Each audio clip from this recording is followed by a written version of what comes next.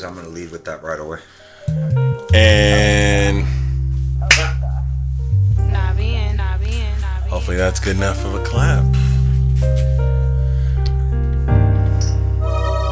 My snippet's going to be my intro's different today. Can't wait to hear it. Hello, hello, hello. We are back again. Let me get these levels sounding beautiful. La la la la. Fig GPT, give me some level check. Check. Again. Check. More consistent check. Okay. Check. Okay, that'll work. Okay, we are live. ATP podcast around the post. Your boy Jay is here. Mark Figueroa, Fig GPT, is in the building, and he's now got 4.0 version. They just upgraded. So if you pay the monthly membership, you can get Fig GPT 4.0. And he's freshly back from a trip to Roland Garros. Yes. It was wonderful. Wonderful. Man, I'm jealous. Obviously, this isn't a full episode. We're just talking some YouTube snippets right now. Yes. Where do we start? What is happening? Yes, the big ones. We're going to talk about two snippets. The big one is our French people. The French crowd, are they the most ridiculous crowd of them all? But before we get to that, we're going to start with the match of the tournament thus far, which is Naomi Osaka versus Iga Swiatek. This was an important match, by the way, for a lot of different reasons. Correct. First of all, let's start with the crowd. It was the third match before the night session. And the night session was Gasquet versus Sinner. Yeah. So everybody left during the Osaka Iga match. And people were saying people just left and missed the match of the tournament thus far. Yeah. Are you shocked that the stadium was that empty for that big match?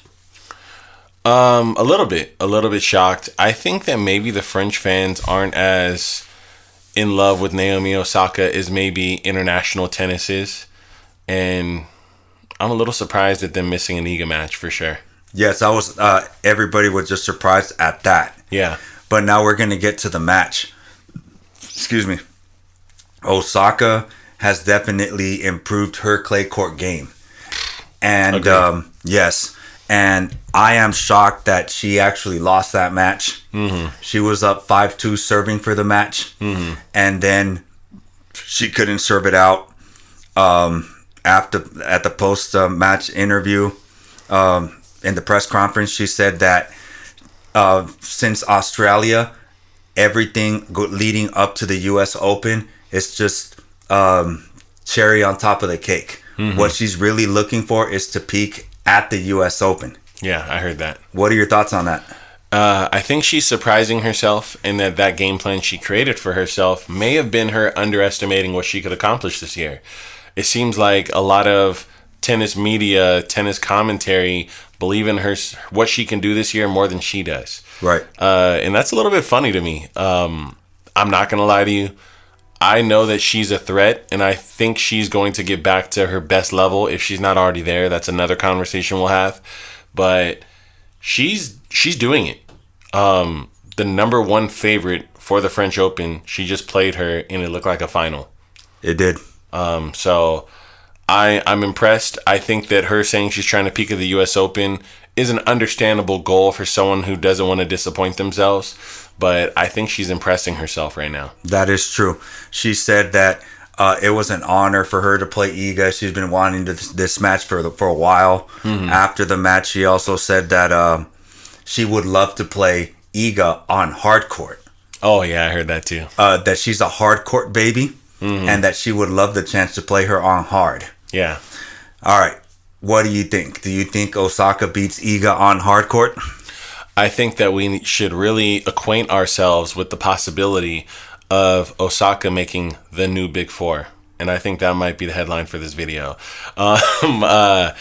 Naomi Osaka showed us that she has a newfound mindset. She openly she was transparent in saying she hasn't dedicated very many hours or time to any surface but hard courts, and that is a newfound priority for her.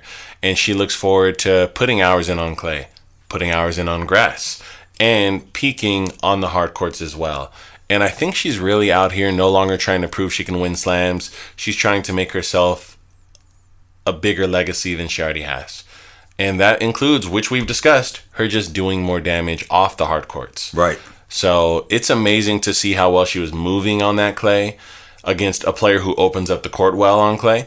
And it really makes me wonder about what she can do on grass. Because in my opinion, I think her game would adapt easier to grass than it would for clay. So I think there's a big opportunity there for her. Yes, her grass court game isn't all that great either. It's not. Which is shocking to me. Yeah. But she had a perfect game plan. It wasn't just target the forehand. Mm-hmm. Her game plan was go deep middle of the court, get Iga to hit a short forehand, and then she's going to place it in the corners. Yeah. That was her game strategy. Mm-hmm. And I was shocked that Iga said in the post-match that Naomi Osaka was being risky because she really wasn't. No, she wasn't. She was hitting safe shots down the middle of the court deep to get the short ball. Yeah. So I don't see how that's really risky. Yeah. And also on the serve, she was targeting the forehand a lot. Mm-hmm. So she can get a short reply as well. Yeah. But I have a question for you. So again, she said that on hard court, it would be a different story. Mm-hmm. Let's just say this match was on a hard court. Mm-hmm. What would have been the difference? Naomi Osaka really played really well at the French Open. Yeah. It was just a matter of a point here and there. Yeah. So would her serves been a little more penetrating if it was on a hard court? Do you understand what I'm saying? Yeah, absolutely. I think it's not necessarily what would change in the Naomi Osaka shot production.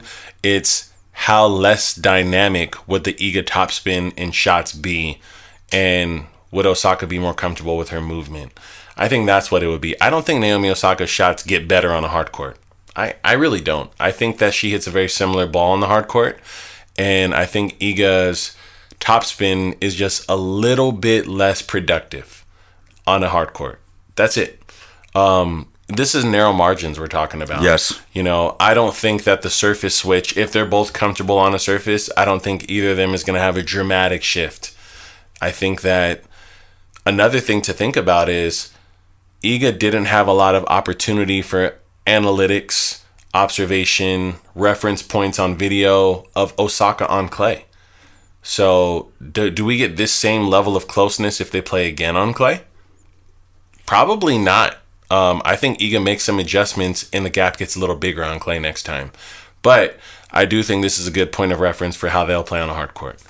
I think that if she plays this way consistently, she's going to be a solid player all around. Yeah. And I honestly, putting the surface aside, she should have won this match. Yeah. She was in control the entire match. There was nothing that Iga did that was bothering her. This whole match was played on Naomi Osaka's racket. Mm-hmm. And it was a little disappointing to see that she couldn't finish the job. Mm-hmm. But Osaka's back. For sure. She's back. I loved her attitude in her press conference. I loved where her mindset is, where her mental state is. I like the way she's playing the game right now.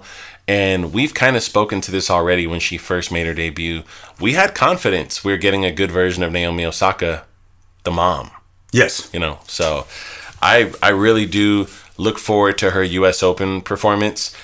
I'm not going to lie to you and say I'm excited about her at Wimbledon, but I will be watching. Me too. I agree there. Mm. And now the big part here is there was a crucial point of the match, and there was a couple of fans that they weren't being super rowdy. It was just tame. Yeah. They started talking during the Iga swinging volley. Mm-hmm. She misses, and you can tell she was visibly upset. Mm. At the end of the match, you can tell she was rattled. Mm. And she started to get a little teary-eyed, and she's all, we play for you guys. I know you guys pay to be here, but this is our livelihood.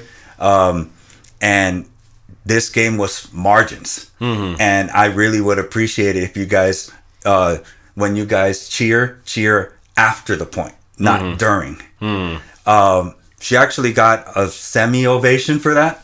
But you can tell that she was a little nervous because she's a 3-time champion there. Do you think she had the risk of losing fans by doing that? I don't know about losing fans, but I do think she needs to suck it up just a little bit and accept that certain environments, certain countries, certain tournaments are going to have different energy. And you're not at Wimbledon. At Wimbledon, expect the crowd to be silent during points and rowdy, maybe in between great points. If you're at the Italian Open, if you're at the US Open, if you're at the French Open, now even Australian a bit, okay, accept what comes to you because this comes with the territory. These are very passionate crowds, passionate people, especially depending who's on the court and how invested the crowd is. And find a way to be grateful that people are this passionate about what's happening on the court and paying their hard-earned money for it. That's my opinion. I understand tradition. I do understand that crowds can affect the performance of a player and change the outcome of a match. I understand that and agree. I think that we need to accept that's a part of professional sports. It's going to happen. There's no way around it. These people are watching the best athletes in history perform. They're going to gasp. They're going to speak. They're going to yell. They're going to scream. And if they aren't, maybe we should be more concerned then. Yes. That's my opinion on it. I do get where she's coming from. She wants to win. And that could change the outcome. That's a fact. But as media, I got to tell you, be grateful that you're having this problem. Because this is a good problem. So, yes. I like the crowd being rowdy. I enjoy hearing the crowd in the background. And if you hate loud crowds and all that stuff, you chose the wrong profession. It's just what it is. And you being there, we showed you the clip of the Kuzo and Echeverry match. Yeah. They were loud. Yeah. Playing the drums during not in between point, but after the point. Yeah, and these aren't even top 10 players. Yeah, they were loud. Yeah. So I mean, that atmosphere it's soccer. Yeah. Or as they say in the world, football. Football. Football, yes. But now to the big topic here. Yeah. Which is